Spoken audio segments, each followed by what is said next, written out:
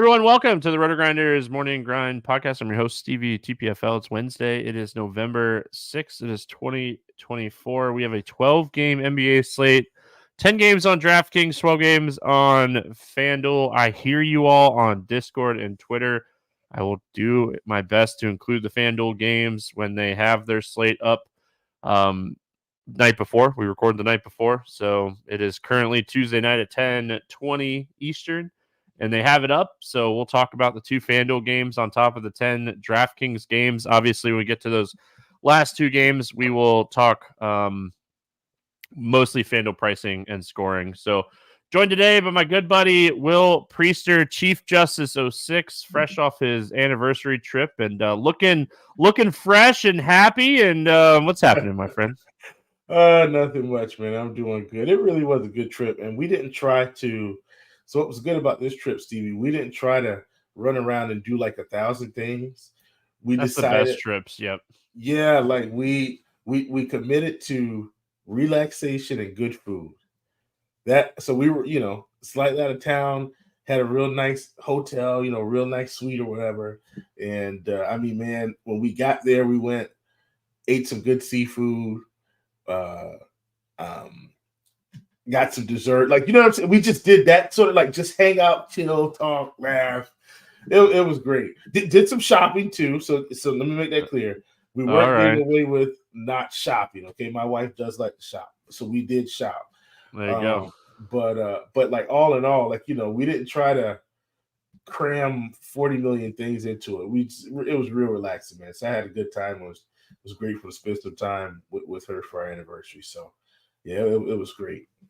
Well, man, you had me at good food and relaxation. So, yeah, I feel like in our line of work, relaxation is very, very nice. So, and you know me, I love me some good food. So, yeah.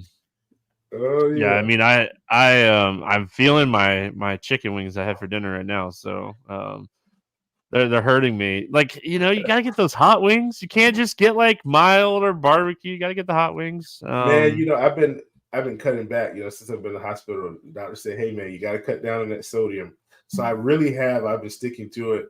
And dare I say, Stevie, I almost have a totally new life now. Like, I just kind of eat fruit in the morning, scoop of peanut butter, like get the protein. Yeah. Been mostly eating fish. Like, not that I can't eat chicken, obviously, but you know what I'm saying. Oh yeah. I'm trying to stay away from the sodium. Now, obviously, we went on this anniversary trip, and I definitely enjoyed myself. Yeah. Back on the straight and narrow. But anyway, enough about me. More about this slate. Yeah, I mean, I have a doctor's appointment Tuesday, and I'm dreading it. So like, I haven't been able to exercise in the last like 3 weeks because of my the boot that I have on my foot right now, and man, I'm not looking forward to it. So we'll see. Anyway, all right. Well, we got food out of the way, and always, I love food. So I love fish too. I could eat fish probably every day. I could eat fish, tacos, or pizza. Like, you give me those 3 things, and I would be set. I'll probably add ramen. Like, I love ramen. So those 4 things, and I'm good. So, all right. Well, let's talk some hoops. Tuesday night was off, so we're back here with a huge slate on this Wednesday, and we get started with your Hornets. We got Detroit at Charlotte, 221 total. I did write these totals down a little while ago, so if they moved, that's why.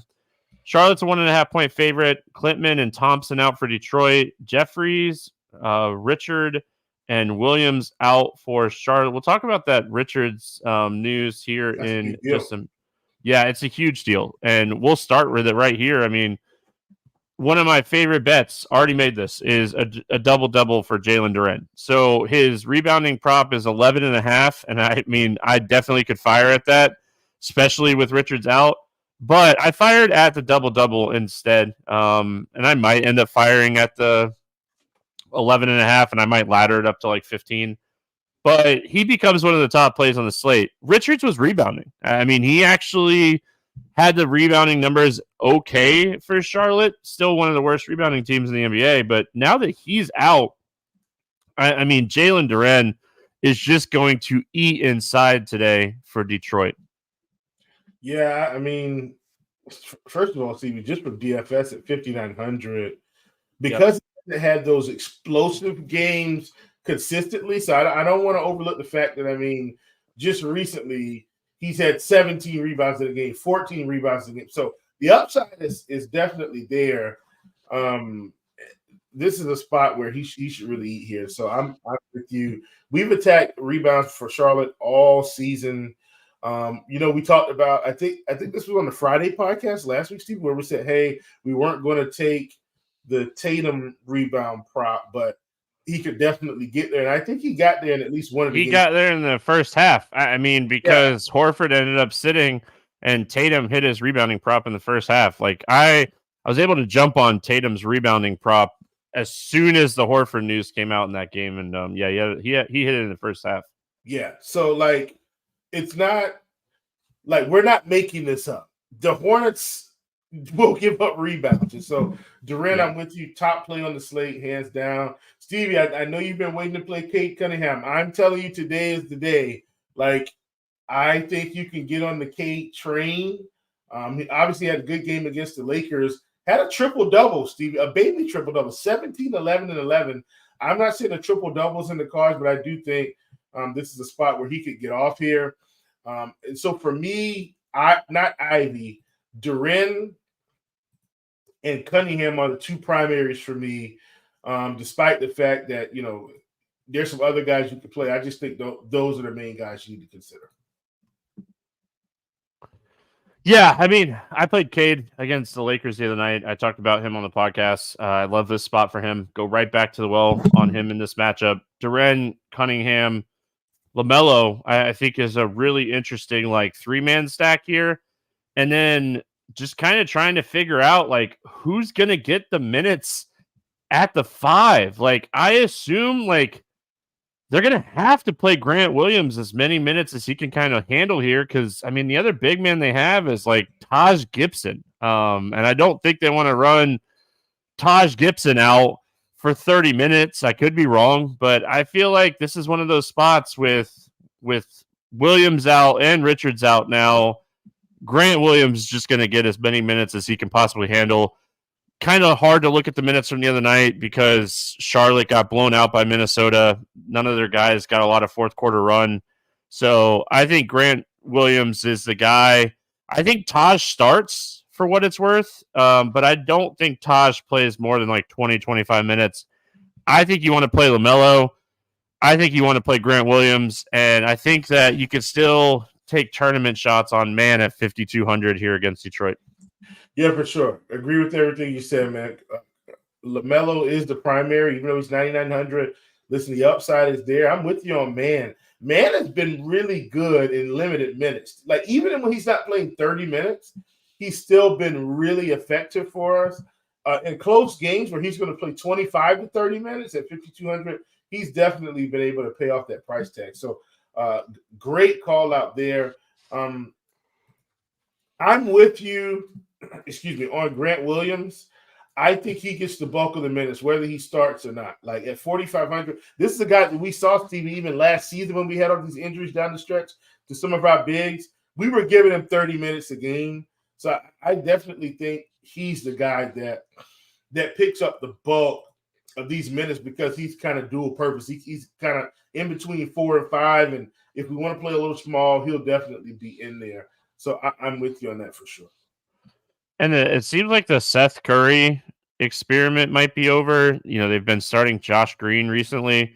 I don't think I want to play Josh Green. He's not a great fantasy point per minute producer. Yeah, but I think a little better defender. That's all it is. Yeah, it's a better defender. And so I just wanted to point it out because I don't think you touch Seth Curry at all here moving forward. So yeah.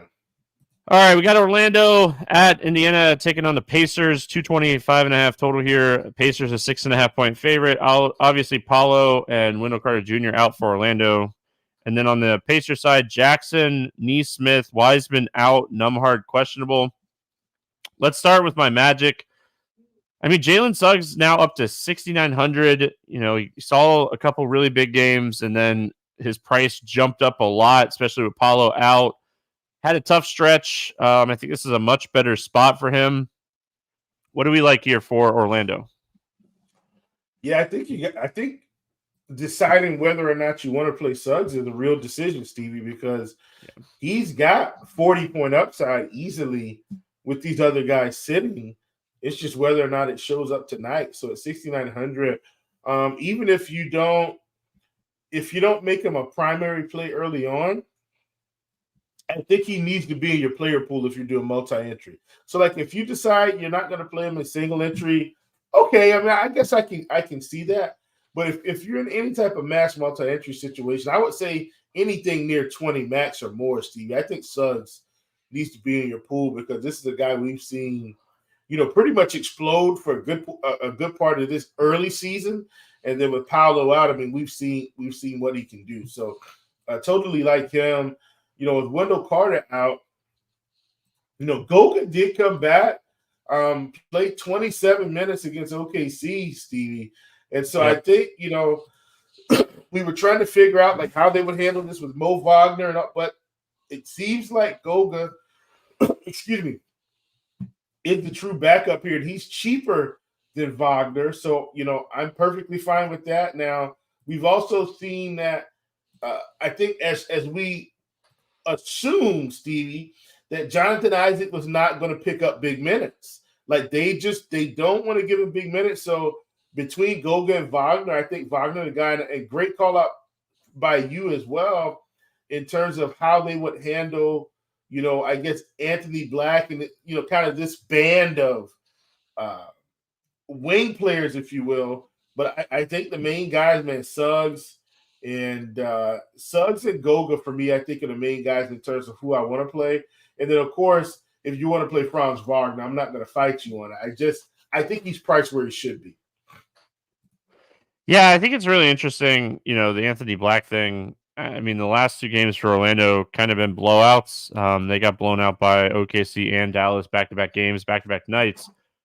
I like Goga. He should start again. I would be really shocked if he doesn't start. And I think at 4,800, he's an excellent value. Franz and Suggs usage is great. I think you could play either one of those guys. If you're playing 150, Anthony Black's usage is great. I know, like, he just hasn't shot the ball very well recently. You get a night where he shoots like 40, 50% and takes those like 8-9 shots, like you're off to the races at 4,200. So don't sleep on him. And I mean, they really like Tristan da Silva. So I think you could potentially take shots on him in large field tournaments, 3,900. And he was getting a good amount of minutes before the blowout in both of the last two games. So really interesting to see how they've kind of used Da Silva here. And I assume that like he continues to start for Paulo. And I mean, again, like he had a lot of production the other night. So I don't mind him at 3,900 in large field stuff. Pacers side of this game, Magic's defense takes a huge hit with Wendell Carter Jr. and Paulo being off the floor. Goga's a good defender, so that is not it's not as good as Wendell Carter Jr. defensively, but he's a good defender. That's why I think they go with Goga over Mo Wagner, is because Mo Wagner is not the best defender in the world. What do we like here for the Pacers side? Listen, I still like Hallie at 8K, and I know, we saw him explode against Dallas for 55. I just think at this price, Stevie, we have to keep taking shots. We've seen Benedict Mathurin continue to excel in this elevated minutes role, Stevie, because of these injuries. Playing 32 minutes, pretty much giving us 30-plus fantasy points. It's 5,300. I'm in. I'd happily take 30-plus fantasy points at that particular price. I, for one, still think Pascal Siakam is a touch too cheap. Like at this price, he could absolutely be a slate breaker as well. I know, he's only had, he's had 3 games above 40, and those 40-point games were closer to 50-point games, Steve, at 47 and a 53.75 game. So I think Pascal at 7,600 is also a really good play for the price. All right, moving on. We got the Knicks and the Hawks, 225 total. Knicks a 7.5 point favorite. Precious and Mitrov out. Payne questionable. Bogdanovich, Bufkin, and Krejcik out. Hunter questionable for Atlanta. Start with the Knicks side of things. What do we like here for New York? Yeah, give me Karl-Anthony Towns, 8,100.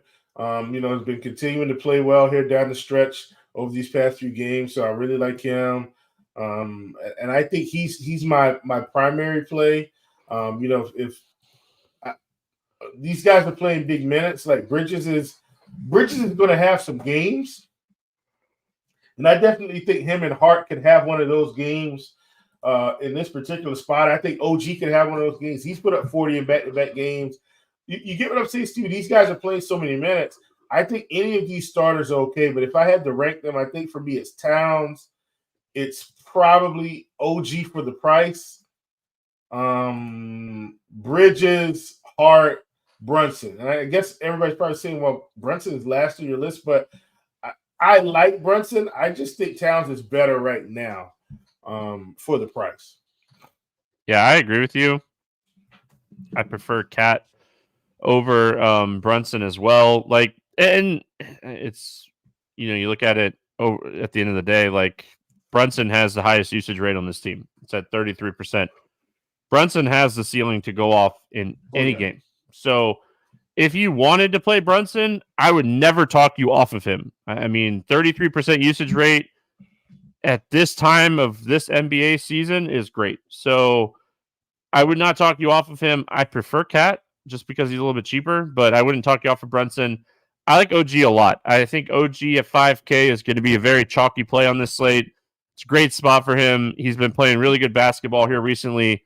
He's a guy that can get you 4, 5, 6, 7 stocks. So his defensive ability is huge. His upside is huge. And, I mean, double-digit shot attempts now in 4 of his last 5.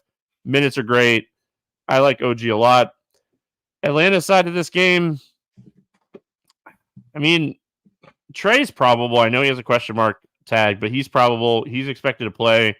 Doesn't sound like the rib injury is bad. They're coming off of a tough loss against Boston. Great get-right spot. I mean, New York is really good offensive rating, but they still are like 20th in defensive rating. What do we like here for Atlanta? Yeah, so Trey's expensive, man. I don't think I want to play him today. We do need to see if Hunter is going to sit again. He has been sitting, but now Ricochet is up to 5K. This is kind of the one time, Stevie, where I'm not as thrilled about the Hawks as I have been. David Roddy's still cheap for what it's worth. If you want to squeeze him in, be my guest. I just think he's okay. Trey can go off against anyone. I get it.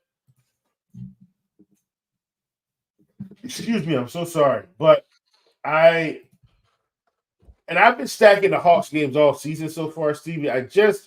This one just isn't as appealing to me from the Hawks side because the prices are coming up. They've got this weird lineup. They're still splitting the center minutes. I guess if I had to side with one guy, it would be Trey for the highest upside than Jalen Johnson. But outside of that, I think Ricochet's priced up now. Roddy's just okay. Yeah, here's the thing, right? Like, you can like the Knicks side of this game because they play at the slowest pace in the NBA. And they're playing Atlanta, who plays at the third fastest pace in the NBA. But the flip side of that is, like, Atlanta is going to play slower than they normally do in this game. I mean, the Knicks are dead last. They try to slow the pace down, and they play their guys a ton of minutes. They play a very short rotation, so they don't run a lot. So Atlanta's side of this game gets a downgrade where the Knicks side gets an upgrade. I don't really have a strong lean here. I don't like Capella or Okongwu. They're splitting minutes too much. If Hunter sits, I think you could keep playing David Roddy. But I think on a 10-game slate on DraftKings and a 12-game slate on FanDuel, you're probably going to have better value by the time the slate locks. So I just don't love the Atlanta side. Like the Knicks side a lot. I love the uptick in pace for the Knicks here. Not loving the Atlanta side. So, I mean, that's just kind of where I'm at. All right, moving on. We got Golden State at Boston, 229.5 total. Boston a 7-point favorite. Melton out for Golden State. Brown and Porzingis out for Boston. start with the Golden State side here. We saw Curry return the other night, only played 24 minutes against Washington. They were kind of up in that game. We kind of assumed he would be in the 27 to 28 minute range. I think the game kind of being out of hand definitely led to less minutes for Curry. Is there anything you like here for Golden State? Man, look, it's. I think Golden State's fine, but Boston's been so good, and I don't see anyone that I feel like I have to play. And I think that's. And when I don't see that, Stevie, there's no reason for me to be rushing to play anyone from Golden State against Boston. Like, I don't have to play anyone. Here's my issue with Golden State. Podsy leads the team with 28 minutes per game. Draymond's at 27. Steph's at 25. Buddy Hield's at 25. Wiggins is at 24.5. Kuminga's at 24. And then everybody else is in that like 11 to 18 range. They're just playing very deep. They're playing a very deep like rotation right now, and the upside is just so limited. I mean, Steph at 39.5 fantasy points per game is the highest on the team. Buddy Hield's up there at 36 considering like his price, but now his price is kind of caught up because Curry was out. There's nothing on the Golden State side that like screams, I have to play this guy today. So one of my least favorite teams on the slate. It's more of the minutes and opportunity right now for Golden State. Like, we're just not getting many 30-minute games out of Golden State players right now. Steve Kerr playing a very, very deep bench to start the season. Going to the Boston side, we saw Jason Tatum the other night against Atlanta just absolutely cruise to 55 fantasy points in 30 minutes with no Jaylen Brown. His assists were way up in that game with Jaylen Brown out. So that's something to kind of watch if that continues or not. Like, we're typically betting under on like some of these props for Tatum. I don't think you want to do that right now with Brown out of the lineup. But I mean, Pritchard's going to keep cooking. I know the Hard Rock app doesn't have a Pritchard props or point prop yet. That's one that I'll definitely be looking at in the morning. I think Pritchard at 52 is probably my favorite play from Boston today. Overall, though, like, I mean, I wouldn't talk you off of Derek White or Jason Tatum, but I think I prefer the salary savings for Pritchard today. Yeah, for sure. I agree 100%. Pritchard has been, I mean, really good for them this season, and especially with Brown out, Steve. He's kind of giving them that extra scoring punch that they need. I mean, he's hitting anywhere from 15 to 20-ish points, and so getting that from a bench guy, I think has been huge. I'm with you on Pritchard. I do really like him. I'm okay on Derek White. I think his price is right where it should be. So, not a guy that I'm rushing to play. And Tatum. Look, this is Golden State. I get it. Boston's at home, but I'm not rushing to play Tatum here. I think Pritchard is our main focus here. I have talked about the fact that I think Drew Holiday's price is slightly too cheap, but we've got to start seeing some upside at some point, and right now it's just not there. Yeah, it was really interesting. They started Nemus the other night. Was it Quinta? Yeah, Quinta. Like, so they started him the other night. Pay attention to that. Like, if he draws a start, like, he didn't get any fourth quarter run because of the blowout. He's 3,200. If he starts, I'd have interest in him. I don't think they start him. I think we see like a Draymond versus Looney or Jackson Davis type of starting lineup here. But just watch that. He's 3,200. He played 23 minutes, got a lot of run in the first half of that game. He had 13 first half minutes. So, I mean, if he checks in and gets 4 or 5 more minutes in the fourth quarter the other night, he's probably closer to 25, 26 at 3,200. So just watch this news. If he starts at 3,200, I think he's a solid value play. Lakers at Memphis, 229.5 total. Memphis a 1.5 point favorite. Anthony Davis actually questionable for this game on the injury report. He's been probable most injury reports. He's questionable. Vanderbilt and Wood out. Memphis's laundry list is Bane, Gigi Jackson, Smart, Spencer, Williams out. Concher, doubtful. Kennard, questionable. Let's start with the Lakers side. We haven't seen what the Lakers look like without Anthony Davis yet. We've seen what they look like with him, and we've talked about it a lot on this podcast. They're running the offense through Anthony Davis to start the season. He's having a great start to the year. He's averaging 32 points per game.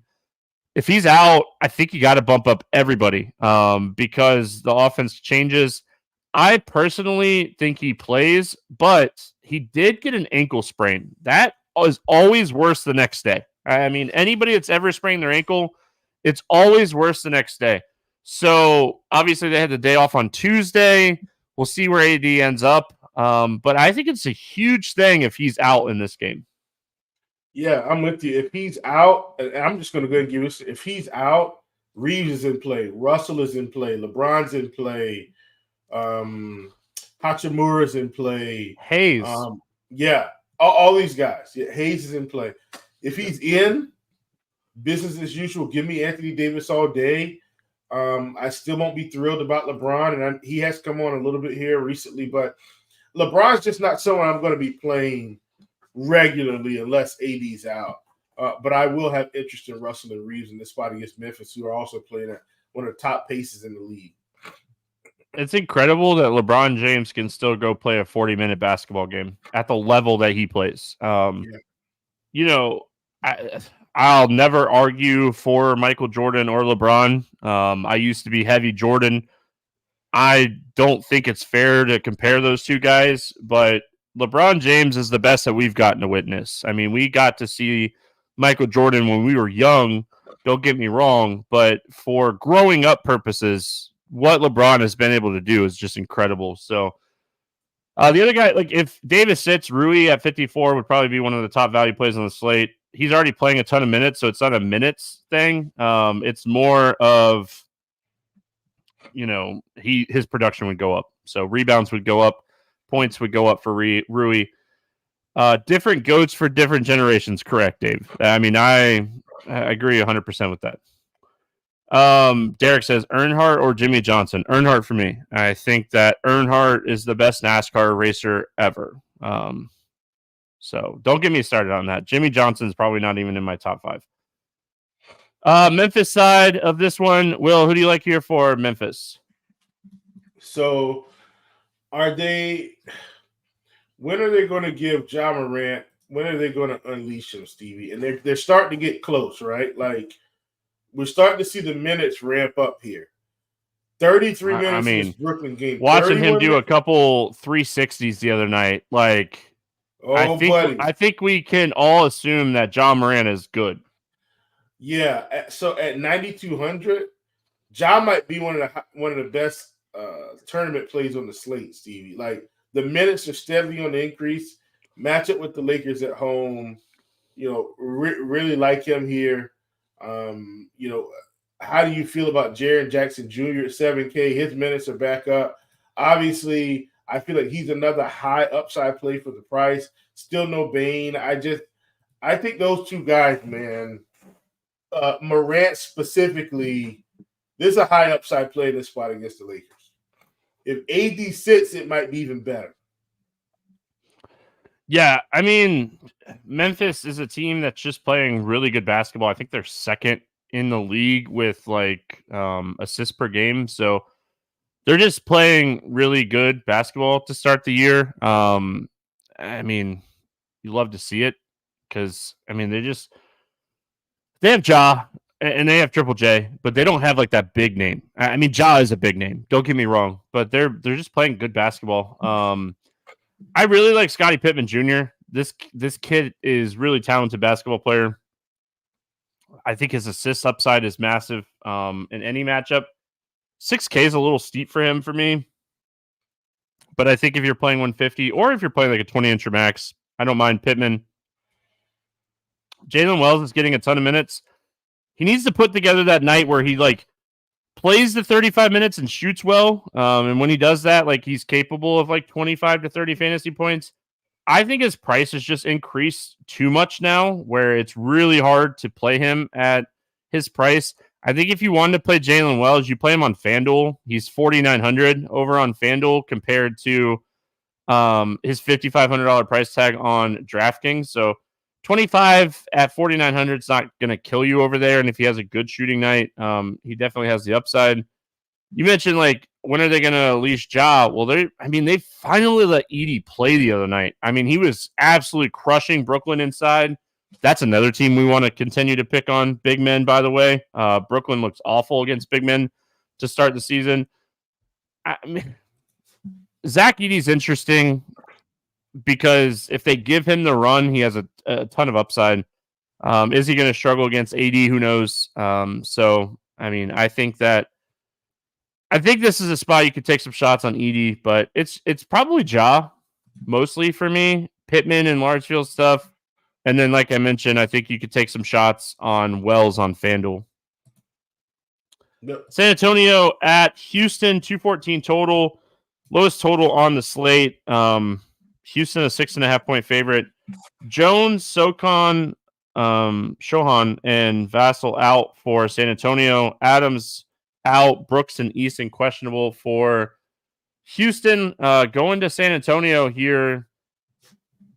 I mean, I have to say, I hope this is when they let Castle play minutes, right? The production seems solid. We'll see if he gets the minutes, but who else are they going to give 30 minutes here? I feel like this is the spot. They need to run the kid out and let's see what he has. I mean, we have no idea what to expect here overall because, I mean, they are losing big pieces here with Jones out, with Shohan out. Like, what are your thoughts here on San Antonio? Well, first of all, let me say, excuse me, Chris Paul. I didn't recognize your game. I'm kidding. Obviously, he's been Chris crushing, Paul's man.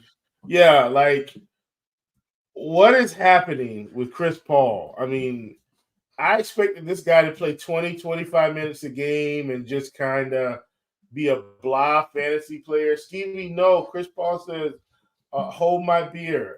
He is, from a fantasy perspective, he's playing fantastic. And at 5,900, Stevie, I think you have to play him now. Does this game stay close enough for him to keep putting up these numbers? But I think he's in consideration. You talked about Castle. I'm with you. Wembanyama, Victor himself, another 70 burger. Don't look now, folks. He's got close to two of those. One was 67, the other was 70. This is why you play him. Now, he got that on 9 blocks, Stevie. So I do understand that. But I think in terms of upside, I mean, that's his upside, right? Like, his upside is in the blocks, the stocks, being able to score and get rebounds. So for me, I think Chris Paul is my primary. Wembanyama is my secondary, and then we're getting these other guys like Castle. Now, I do think Champagne's going to play 30-plus minutes, and he's 4,500. Yep. I like him as well. Keldon Johnson, are they finally going to give him 30-plus minutes? He's been playing about 30. Is Harrison Barnes going to play 30 minutes? Probably so. Like, I think that those collection of players, Steve, are all in consideration today, especially Barnes, Castle, Champagne. Those are your 4K guys that I think you need to play. They're going to play too many minutes to not consider them. So I want to point out 3 things really quick. First thing I want to point out is both of these teams rank in the bottom 5 in pace. The other thing I want to point out is they're both top 10 in defensive rating. And the other thing I want to point out is Chris Paul is 3rd in the NBA with 17 potential assists per game. So he's on averaging 17 potential assists per game. Jokic is at 18.7 and Trae Young's at 18.9. Those are the 3 highest in the NBA. It's a massive number. And we're finally starting to see it come to life. I mean, he has at least 8 assists in all but 1 game this year, and that was against Houston earlier this year. I worry a little bit about that. With that said, I bet the Chris Paul assist prop right away when I was doing research for this slate because 8.5 at almost even money.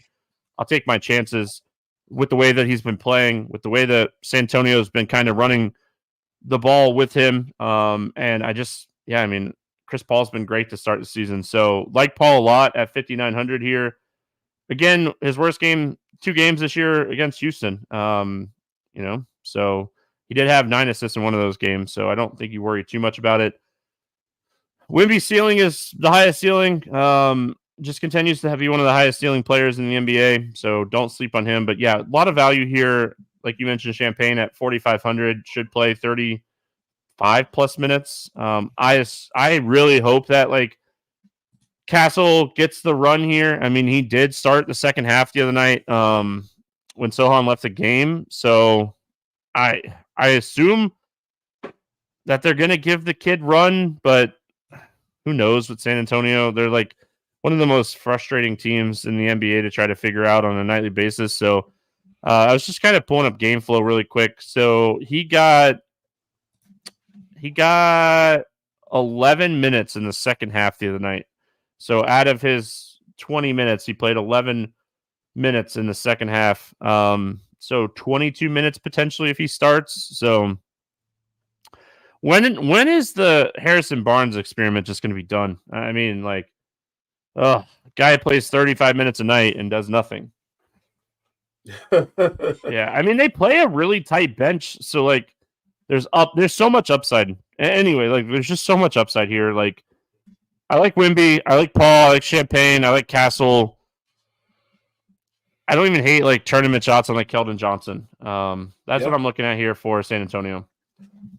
Houston side, Fred VanVleet's been off to an awful start this season. He finally had a game where he shot over 50%. I think he's only had 2 of those this year. Is there anything on the Houston side that we like here against San Antonio? Well, I mean, I just kind of don't like these prices, the main things. Like VanVleet, he's priced where he should be for his production levels this year. If anybody, maybe you play Jalen Green at 7,800 because, you know, he's got 50-point upside. But generally speaking, I feel like everybody's priced exactly where they should be, maybe outside of, you know, Amen Thompson. And so I think he would probably be the primary here as long as he's going to get 30-plus minutes, which it looks like he should. But other than that, I'm really not thrilled about playing Houston today. Watch the Dylan Brooks news. I mean, he is questionable. He averages 33 minutes a night. And watch the Eason news. He's been sick, so he's questionable. Those guys would be huge upgrades to some people here. I assume Thompson would play 30-plus minutes in that scenario where he'd probably be at like 35. And I think they'd kind of let Reed Shepherd play and let the rookie play a little bit. So watch that news. It could matter. Cleveland at New Orleans, 224 total. Cleveland a 7-point favorite. LeVert questionable. Strus and Wade out. And then on the New Orleans side, Hawkins questionable. Herb, Jones, McCollum, Murray out. Zion questionable. Let's go Cleveland side here first. This team looks incredible. What are they, 8-0 to start the season? Will they ever lose a game? Who knows? All joking aside, what a start to the year for Cleveland. We knew they were going to be a good team this year. They're a fantastic defensive team. Talked about their defense for years now. Top 5 in defensive rating through the first 8 games. What do we like here for Cleveland? I mean, God, they're just such a solid team, Steven. Right now, I'm going to call them Boston Light because I feel like Boston started this last year. Like, they just destroy people. Yep. Like, you look at the third quarter, they're up 30, and they're just sucking the life out of teams right now. I'm not saying they do this on the road against the Pelicans. I do feel like the Pelicans have enough firepower. Stevie, I think you can play any of these guys. I think you can play Mitchell, Garland. I think you can play Mobley or Allen, but I don't think you can play any of them together. And so that's my read on Cleveland. I mean, these guys are one at a time for me. Unless somebody sits, I'm not playing more than one of them in any of my lineups. But I do think that the whole starting lineup, those main pieces are in play in a singular fashion. Yeah, they're a really tough team to figure out because, like Will said, they're just a really good basketball team. I mean, any given night, Mitchell can go for 50.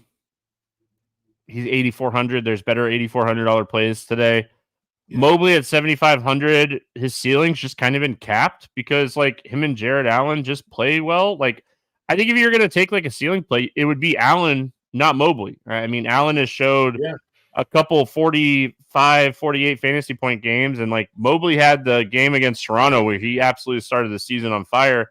But he had 5 stocks in that game. So, I mean, overall for me, Wade being out potentially gives a couple extra minutes to somebody, but I don't think it matters enough. Sam Merrill is the guy I think gets the extra minutes for what it's worth with Wade out. I think Sam Merrill plays 25 plus minutes and he's 3,600. So like if you want, like we see a lot of times in the NBA on these bigger slates, you end up going stars and scrubs.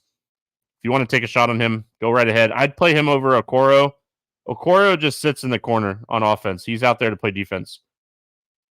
On the New Orleans side, I mean, we have to see how the injuries shape up. I mean, Zion potentially out would be huge for Ingram. Hawkins out potentially could be huge for, I mean, many people. I mean, Javonte Green potentially. I mean, Boston Jr. is the guy that just has been playing big minutes here recently. Talked about him on the podcast the other day. He had a huge game fantasy points wise. Ingram, if Zion's out, Alvarado, no matter what, potentially point guards. I mean, point guards against Cleveland might be a thing. And he's 5,900, no McCollum, potentially no Hawkins. I like Alvarado regardless. If Hawkins sits, I like Boston Jr. So Zion sits, I like Ingram. If Hawkins sits, I like Boston Jr. And regardless, I like Alvarado. Yeah, man. New Orleans has been really putting us in a pickle here, Stevie, the past couple of slates with, these up and down lineups. But like we talked about, we know that, we know the main guys that are going to be out. For me personally, the only way I play Ingram, I feel like, is if Zion sits. If they both play, I'm not thrilled about them in this game again because it is Cleveland. And I don't want to understate how well Cleveland's been playing defense, Stevie. Like they've really been smothering, but I am willing to take a shot on some of these guys if one of the stars, one of the other stars sits. But I'm with you on Alvarado at 59. He's been fine, but I'm not thrilled about the Pelicans as a whole. I think Cleveland, man, this defense has been ridiculous. All right, Chicago at Dallas, 235 total, huge total in this game. Highest total besides the Sacramento game, which is not on the DraftKings slate. Dallas 10.5 point favorite. Ball out. Levine questionable. And then on the Dallas side, Exum, Keebler, Washington out. Lively questionable. Let's start with Chicago. Levine matters a lot, whether or not he plays or not in this game. But overall, what do you like in here for Chicago? So the one thing for Chicago, Stevie, that's been very interesting to me. And I know, this guy kind of came over from OKC is Josh Giddey. And the reason why I'm saying that is he's only playing like low 30s minutes, Steve. Like if he gets anywhere near 35 minutes, we could see some upside here. So I do think he's interesting. But then you go and look at Kobe White, who is playing mid-30s.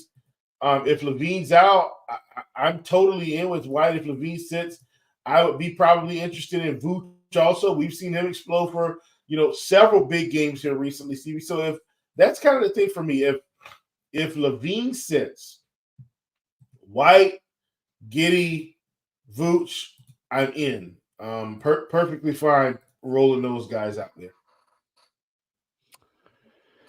Yeah, I mean, if Levine plays, I don't have a ton of interest in this team outside of maybe Zach Levine, but I assume he plays.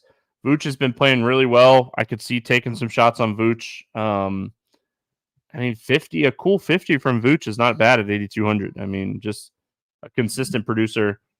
Dallas side, I mean, Luka's 11.5. You can play Luka on any slate. I'm probably not playing him today. I only play 1 to 3 lineups. Most of the time it's 1. At this price, I need Kyrie to sit, or I need Luka to be in a game that's going to be just back and forth, nonstop. I will say I love the pace that Chicago plays at. Yeah. They play at the fastest pace in the NBA. So, there is upside potential for Luka or Kyrie. It's just 11-5 in a game that I think at the end of the day ends pretty lopsided overall. Yeah, I'm with you 100%. I feel like Dallas should win this game, especially if Levine sits. I was playing some Klay Thompson earlier to start the year, and he is still shooting, Stevie. Obviously, we're going to need some efficiency from him. He hasn't been terrible, but he went through a stretch there, 28%, 38%, 40%. I mean, we need Klay knocking down shots. At 5,700 in a up-tempo game, I don't hate it. I just think there are better plays out there. All right, moving on. We got OKC at Denver, 222.5 total. OKC, a 6-point favorites, going to the Thunder first. Hartenstein out, Williams out, Topic out.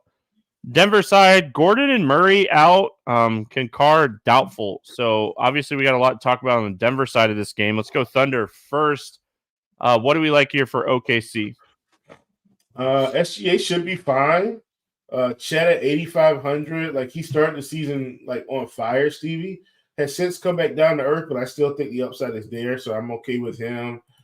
They're giving, almost 30 minutes to Lou Dort. If you think he cracks, crack you 25 plus fantasy points, I don't hate it. Jalen Williams should absolutely feast in this game, Stevie, because they're going to need his scoring, right? If they're going to win in Denver.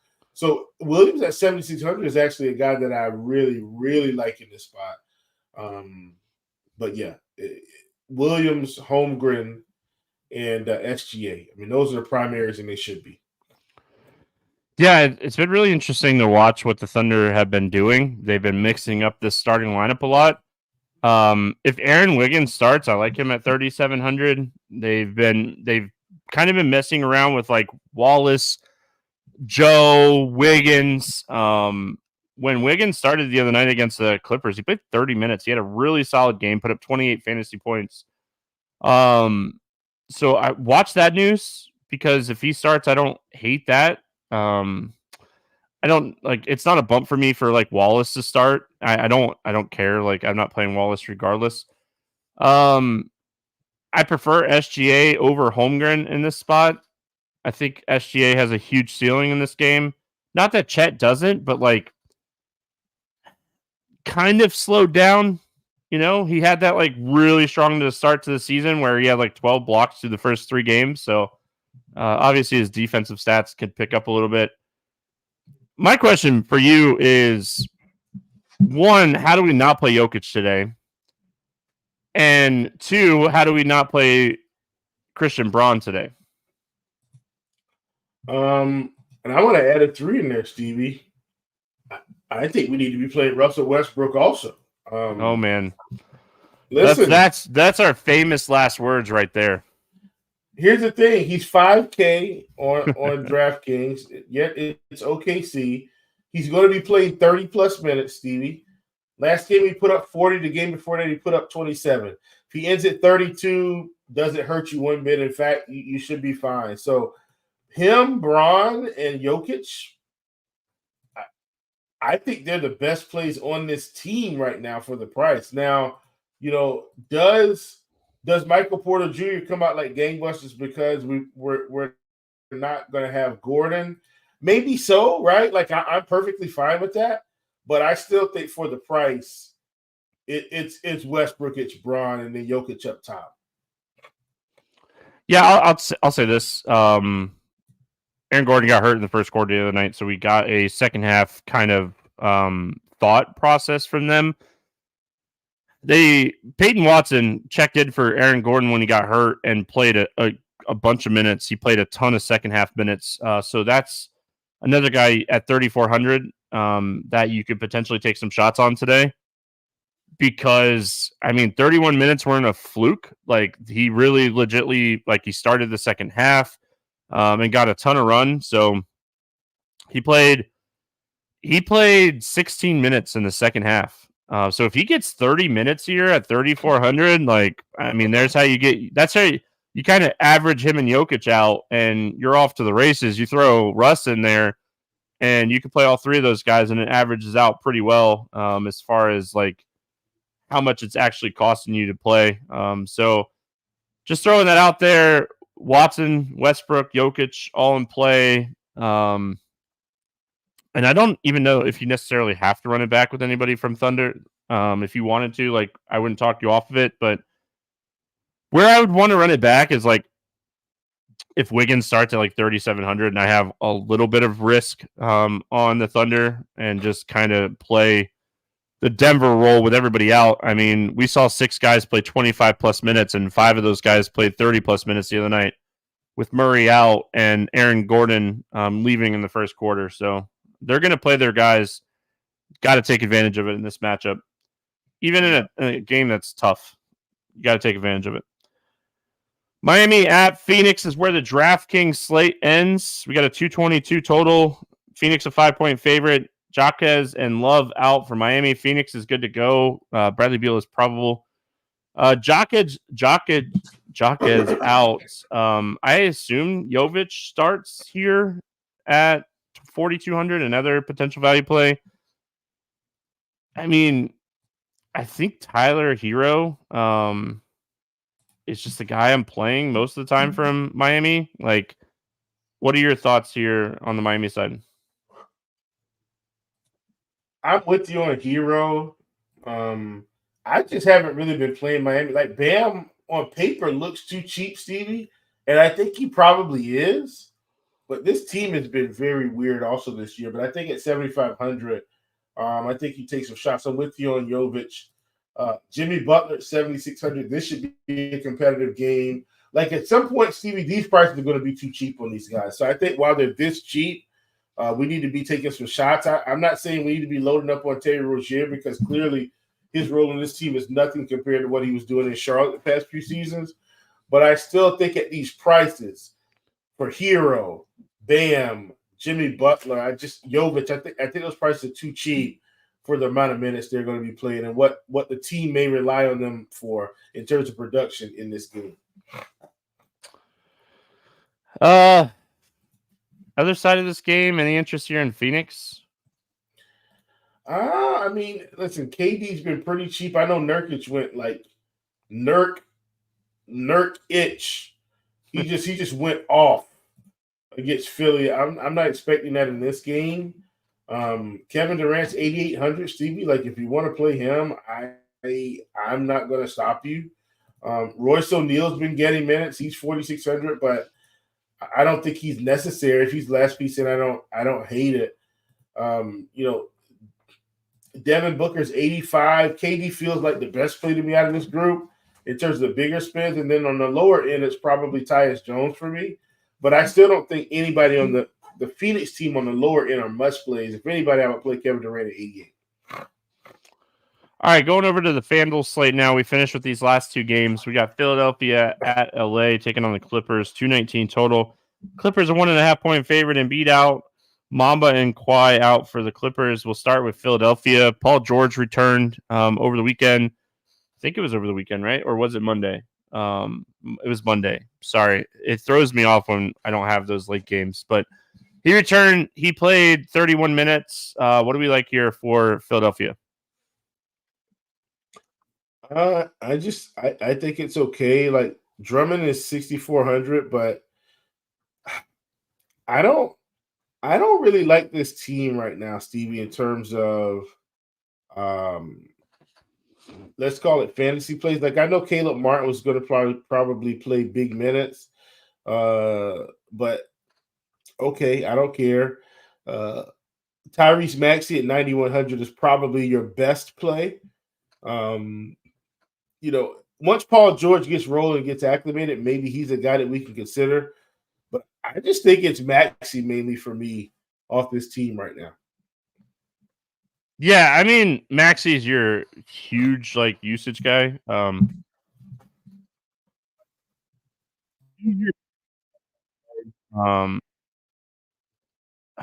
Outside of him, the other night they had a weird role for Drummond. Like, he didn't play on Yabusele, I think is how they pronounce his name. Yabusele, yeah. Yeah, I think we got to watch this, Will.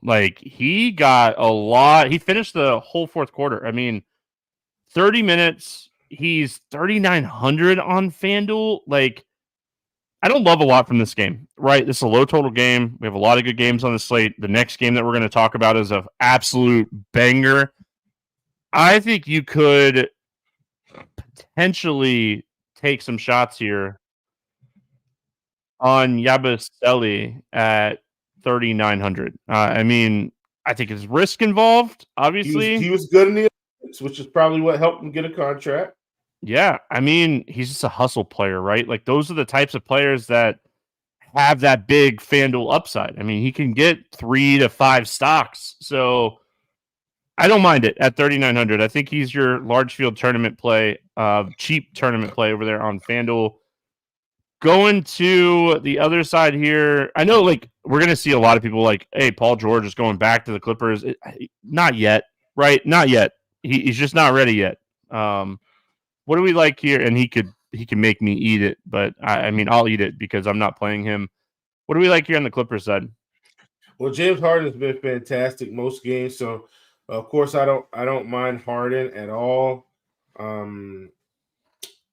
Kevin Porter Jr. may be slightly sneaky if he were to get the minutes, but I don't think he's 100% necessary. Norman Powell has been really good for them, but he's kind of priced where he should be now. So it's mainly Harden for me. All right. We finished it out with Toronto at Sacramento. Probably the best game on the slate. And I mean, we get a lot of comments in chat as we're recording, and like, you never really know what to expect when you have the FanDuel and DraftKings slates the way that they are. But with Barnes out, Brown out, Olynyk out, and quickly doubtful, Toronto's kind of still shorthanded. Sacramento's good to go. Start with the Toronto side. RJ Barrett's been cooking. He's 8,500 on FanDuel, but has at least 50 fantasy points in 3 of his last 4 games. It's not a bad matchup by any means. I mean, the Kings against shooters and wings have been a thing for years, and this game should have one of the best paces on the slate. What do we like here for Toronto? I think RJ's okay, but he's not going to be a primary for me, Stevie. I just, he's not a primary. If anything, we need to be talking about Davion Mitchell going back to Sacramento. I'm fine with him at 5,100, Stevie. I'm slightly kidding about the narrative street there. This is really more about his price and his ability, I think, to grab 30 fantasy points in this game. So I really like him. But I don't think I'm playing, too many guys from Toronto. If you want to play Grady Dick, okay, like I get it. I do think RJ is the leader of this team right now in terms of fantasy production. If you want to squeeze in some Jakob Poeltl, I don't hate it. But, all in all, I think Mitchell is a kind of a bigger priority for me because of the price, then RJ, then Poeltl. Abaji at 5,300. Yeah, okay. I don't hate it. Over 30 minutes in 3 straight games. Fantasy points over 34 in back-to-back games. Like, I want to play this game. If I'm playing on FanDuel, if you're playing on FanDuel, this is a game I want to target because I know I can make up a lot of ground in this game if I need to late. So as long as it stays close.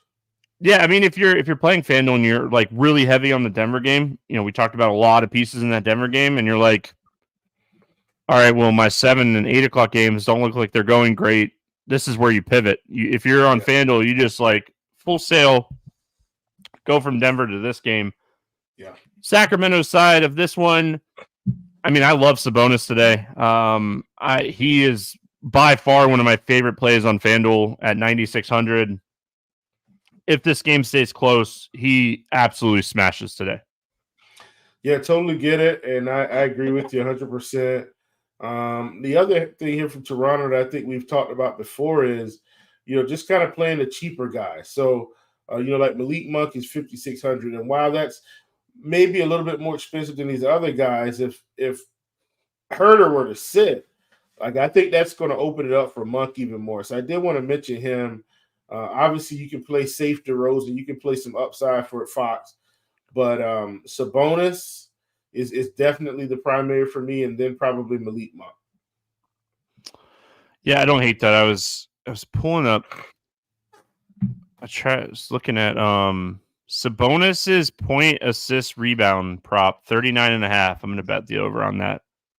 The last time these two teams played, he went for 47 point rebound and assist. So I'm going to take the over on that number. Toronto has been a gold mine to start the season for power forwards and centers. So I'm going to take the over on Sabonis's. So we've given out quite a few. Like, it's always nice, like, when you have these days where there's not a lot of games and you can go back and, like, the next day all the props are up because the books want money. So take advantage of it, right? All right. Morning grind game time. We're using DraftKings slate, DraftKings pricing, DraftKings scoring for this game as always. Favorite play under 5K to go 7X. Who do you got? Oh, man, Steve, I do think we have some options today. I'm probably going with one of the Spurs guys. Give me Champagne. Yeah, I like that. I'm going to go Watson. Talked about him, 3,400. He played a ton of minutes when Gordon left the game the other night. I assume that's going to be the case again. So, I mean, I'm on Watson here at 3,400. Over 8K to go under 5X. Who's your bust today? Oh, man. Give me Steph Curry against Boston. Yep. That's who I had written down. I like that one as well. I'm going to go Jalen Johnson. I like Jalen Johnson a lot. I think he's a really good basketball player. 8,700 because he's had some really great games and good matchups. I think his price is inflated a little bit, so I'm going to go Jalen Johnson. Favorite 6X play today? Give me Karl Anthony Towns. Yeah, I like it. I mean, I just, in my head, cannot see... Okay, I can see him getting into foul trouble and him not getting there, but I think it's highly unlikely. Give me Jalen Duren at 5,900 against your Hornets. Favorite GPP ceiling play? Who do you think has the highest ceiling on the slate? Doesn't matter price or anything. Who has the highest ceiling today? Oh, man, I think there's a fair amount of guys today, Stevie.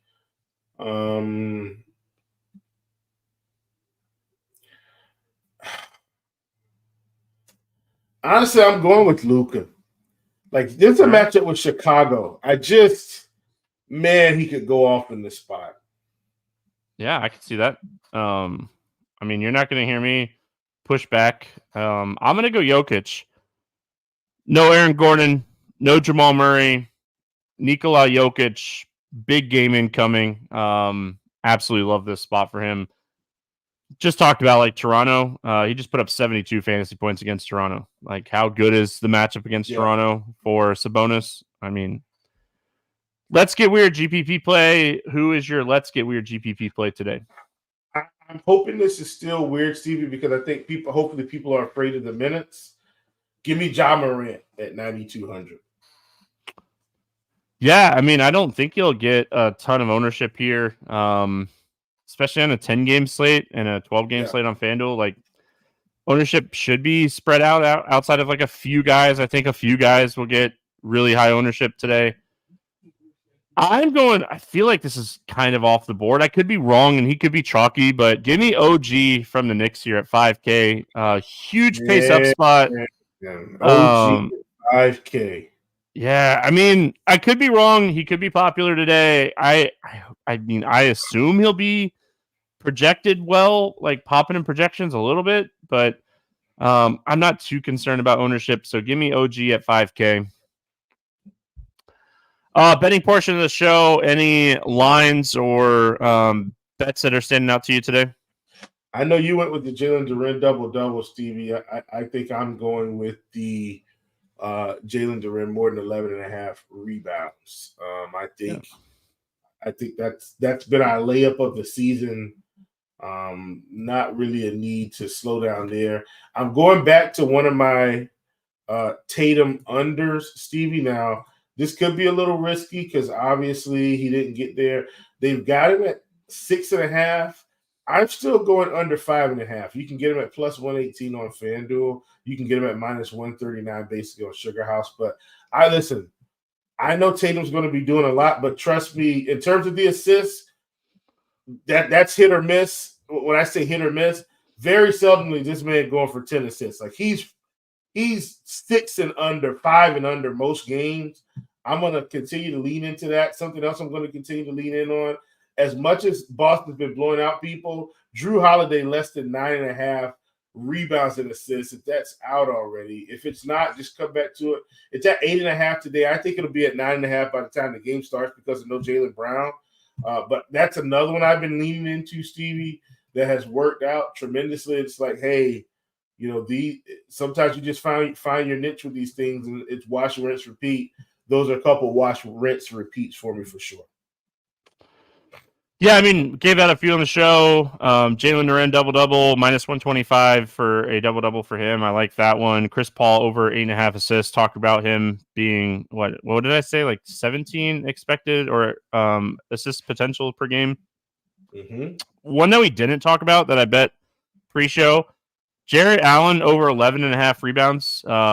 It's -145. You could find the line a little bit better. We haven't talked about it a lot, but like New Orleans rebounding has been atrociously bad to start the season. So, obviously we'll talk about that more as the season kind of goes, but they're dead last in defensive rebound percentage to start the year. So I could see a guy like Jarrett Allen just kind of cruising here.